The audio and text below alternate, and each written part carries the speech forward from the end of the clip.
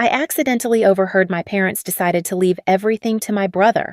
That was before Mom texted me, "Don't call" or "Don't come." It's over between us. I stared at the screen, set my tea down, and typed 2 words. Got it. The house was quiet, but my head rang like a fire alarm. If you've ever been erased by your own family, you know that silence can be the loudest thing in the room. By morning, my phone would explode with missed calls and pleas, but the night before, that's when I chose peace over permission. Keep watching. When people ask what my family was like, I usually smile and say, normal, because from the outside, we looked it. Dad owned 5 restaurants across Portland Hayes, family dining, painted in big gold letters on every sign. Mom handled the books, Jason handled the charm, and I handled being invisible. Our Christmas cards looked perfect. Matching sweaters, fake laughter, Mom's pearls catching the tree lights. What no one saw was what happened when the camera clicked off the silence, the hierarchy, the small reminders that I wasn't the chosen one. Dad used to say Jason's got business in his blood. You've got art. He said art like it was a virus. When I was 14, Jason got a brand new mountain bike. I got one from a garage sale spray-painted blue to match his. At 17, he crashed his car while texting. Dad bought him another one within a week. When I got a parking ticket, I lost car privileges for a month. You'd think I'd stop caring, but I didn't. I kept trying. When I got into design school in Seattle, I came home waving the acceptance letter like it was oxygen. Dad barely looked at it. If you walk away from the restaurants, he said, you walk away from this family. Mom just stood there, her lips pressed tight, nodding behind him. Jason smirked like he'd just won something. Maybe he had. So I left. Waitressed at night, tutored design freshmen during the day, lived on instant noodles and caffeine. I sent postcards home every semester, no one ever wrote back. But I made it. Graduated with honors, came back to Portland, started small apartments, offices, restaurants. Funny enough, Dad's kind of places. By 33, I had clients who trusted my taste more than my own parents ever did. And still, when Mom got sick, I showed up. The treatments were brutal. Chemoradiation specialists in San Francisco. Insurance barely touched it. I didn't even think twice, I just paid. Bills, flights, hotels. When she went into remission, she texted me, "Thank you for everything, sweetie." That was it. No call, no hug. Just that text. A few years later, Jason called with his big idea, a food truck. 6 months in, it crashed harder than his first car. I sent him $25,000 to keep him out of bankruptcy, then another $15,000 to help Dad's restaurants when equipment broke. He bragged about restructuring the business, never once mentioned my money. It's strange the way love makes you keep writing checks long after the account's overdrawn. I kept telling myself I was helping the family, that maybe this time they'd finally see me. But family isn't built on transactions. It's built on respect. And in our house, that word didn't exist for me. So when Dad called for another family dinner to discuss business, I said yes. I thought maybe finally they'd ask for ideas, not money. Instead, that dinner became the night I realized the truth. And later, standing on those stairs, hearing my father say, "Everything goes to Jason." I understood something I'd ignored my whole life. I was never part of the legacy. I was just the funding. I wasn't supposed to be home that night.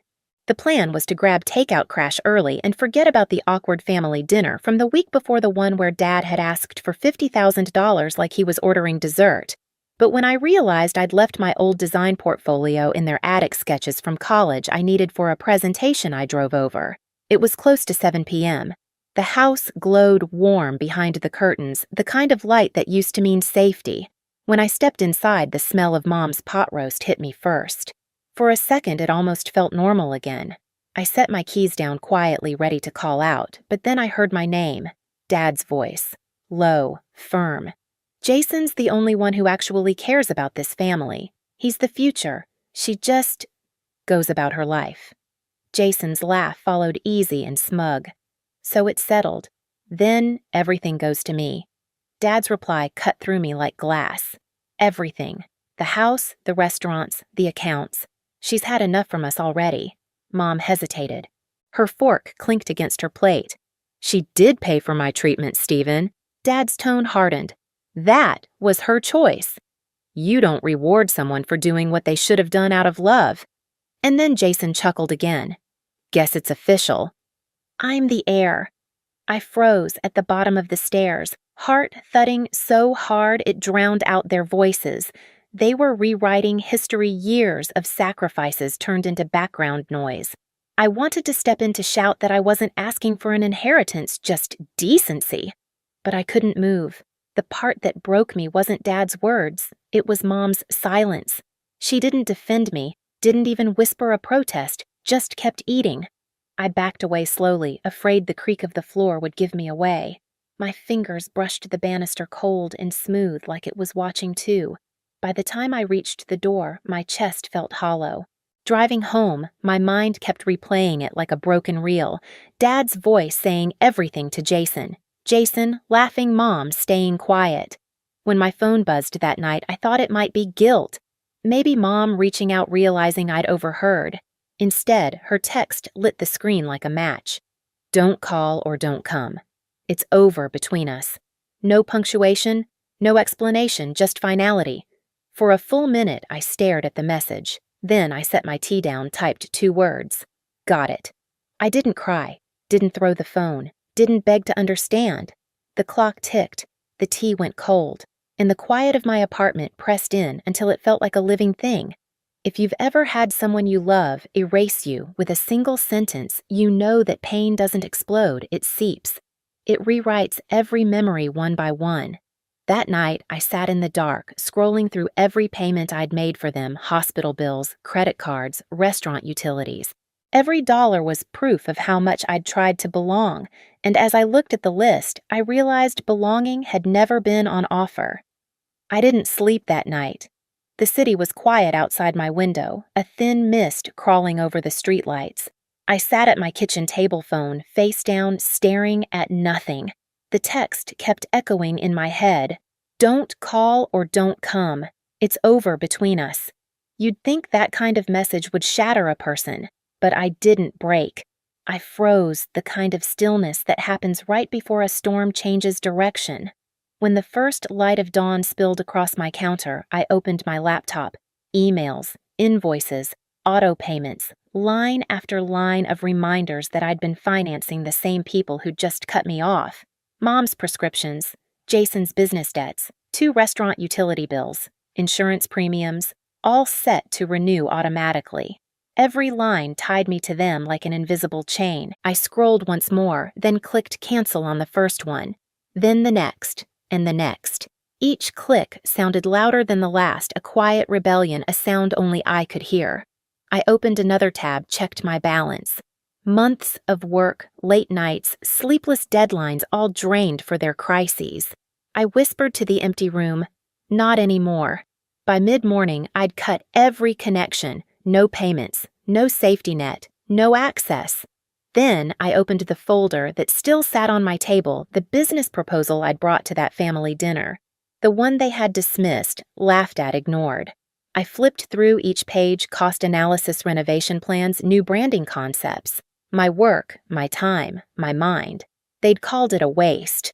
So I decided to make it worth something. That afternoon, I called a contact from the hospitality conference I'd attended months ago, a project manager at Pacific Restaurant Group. Hey, I said, keeping my tone light. Remember that sustainability concept I mentioned? I've got a full proposal ready. Can we see it? He asked. Tomorrow, I said. I hung up and leaned back in my chair. For the first time in months, the air in my apartment felt clean. That evening, Jason's name flashed on my phone screen. Then Dad's, then Mom's. I didn't answer. Not because I didn't care anymore, but because I finally did for myself. By midnight, I'd cleared the last trace of them from my finances. The only thing left was silence. And in that silence, something new began, a kind of calm I didn't recognize. The calm of someone who's finally stopped begging to be loved by the wrong people. They wanted it to be over between us. Fine. I was going to show them what over really looked like. The next morning, my phone exploded with missed calls and texts. 37 calls before 9 a.m. to be exact. Mom, Dad, Jason, unknown numbers. Voicemails stacked one after another, their voices overlapping like static. Char Dad's voice cracked halfway through my name before he hung up. Jason's message was shorter. "You selfish brat, fix this." Mom's came last. Her tone was soft rehearsed. "Sweetheart, please call us." "This isn't like you." I muted the phone and went back to work. 3 design proposals due that week, 2 client meetings, and 1 very important email from Pacific Restaurant Group waiting in my inbox. When I opened it, my heart slowed. Subject: loved your concept. "Can we meet tomorrow to discuss partnership?" I smiled.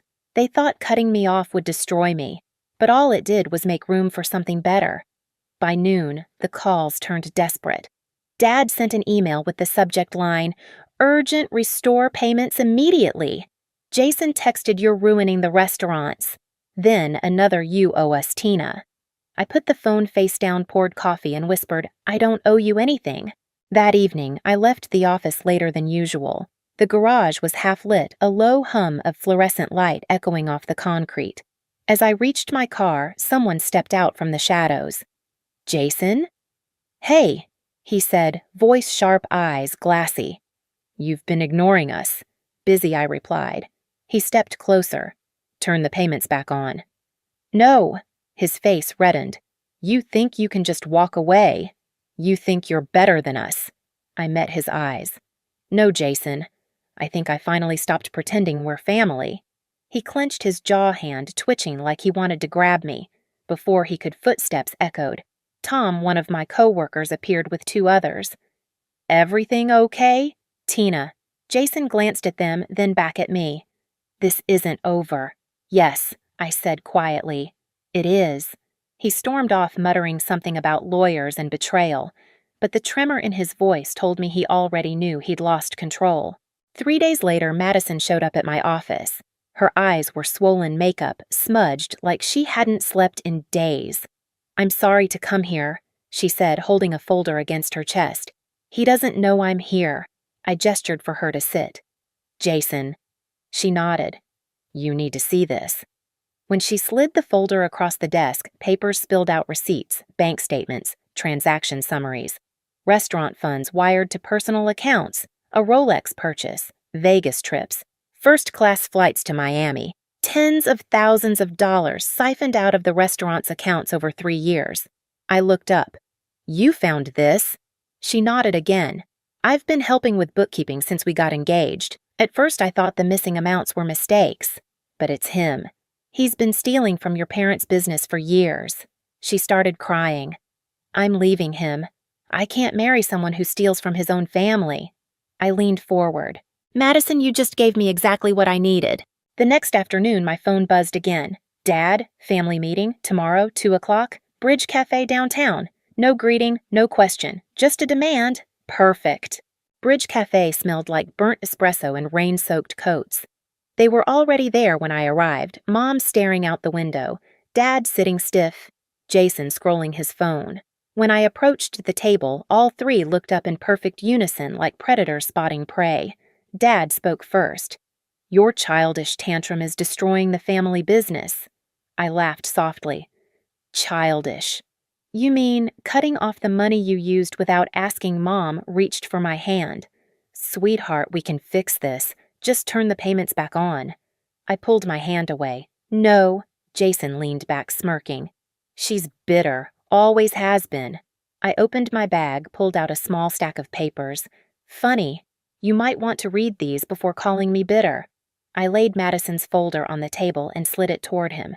Receipts, bank transfers, every line item documented. Jason's smirk faltered. "What is this evidence?" I said. "Of how you've been stealing from the restaurants for 3 years. Dad snatched the papers. His face went pale, then red. "Where did you get this?" "From someone tired of cleaning up after him." Mom covered her mouth, whispering, "Jason." He shoved his chair back. "These are fake. She made them up." I leaned forward, voice calm. "I didn't make them up. Your fiancé gave them to me." His eyes widened. "Madison, she left you." I cut in. "Smart woman." For the first time, Dad looked lost. "Even if this is true," he said, voice trembling. It's still family business. Right, I said. And family helps family remember, Jason sneered. You think you're better 'cause you make fancy houses for rich people? No, I said, standing. Because I build something real, something that lasts. I reached into my bag again and placed another folder on the table, the business proposal they'd called a waste of time. I sold this to Pacific Restaurant Group yesterday, I said. $500,000. Mom's fork slipped from her fingers. Jason stared at me like he couldn't process words. Dad's face drained completely of color. They loved it, I continued.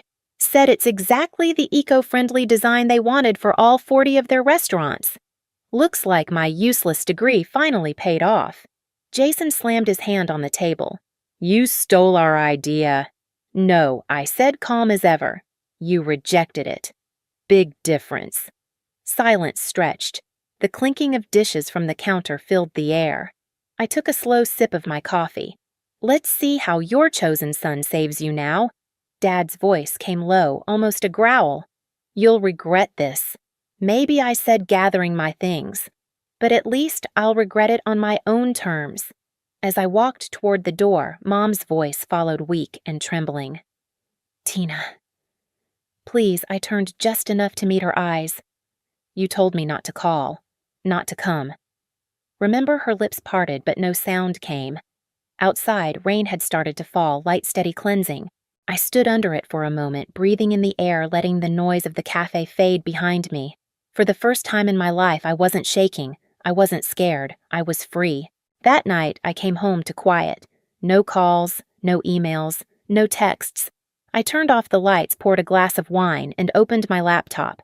$500,000 sat in my account waiting. Not revenge money, not guilt money, just proof that I didn't need their permission to matter. For years, I'd been the one bailing them out. Now they'd have to learn how to survive without me. I closed my laptop, took a sip, and smiled to myself. Peace had a flavor. It tasted like freedom and Cabernet. 6 months passed before I heard anything. It was Aunt Patricia who finally called. Her voice carried that mix of pity and gossip only relatives can master. They lost everything, honey, she said.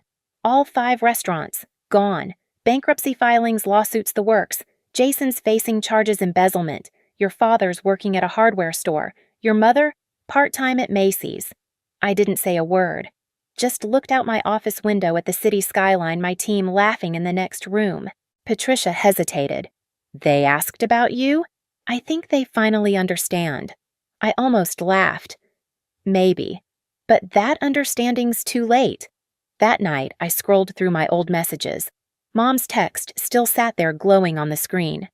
Don't call or don't come. It's over between us. For the first time, I didn't feel pain reading it, just distance. I typed one last message, never sent it, just whispered it into the quiet. Got it. The next morning, I opened my studio early. The light poured in, clean and bright. The past felt smaller in that glow, like something I'd already outgrown. Sometimes the best revenge isn't loud, it's peace. No yelling, no begging, no proving anymore. Just the quiet satisfaction of walking away and watching the truth do its work. If you've ever had to choose distance over damage, you know exactly what that feels like. Share your story in the comments and don't forget to subscribe for the next one. You're not alone.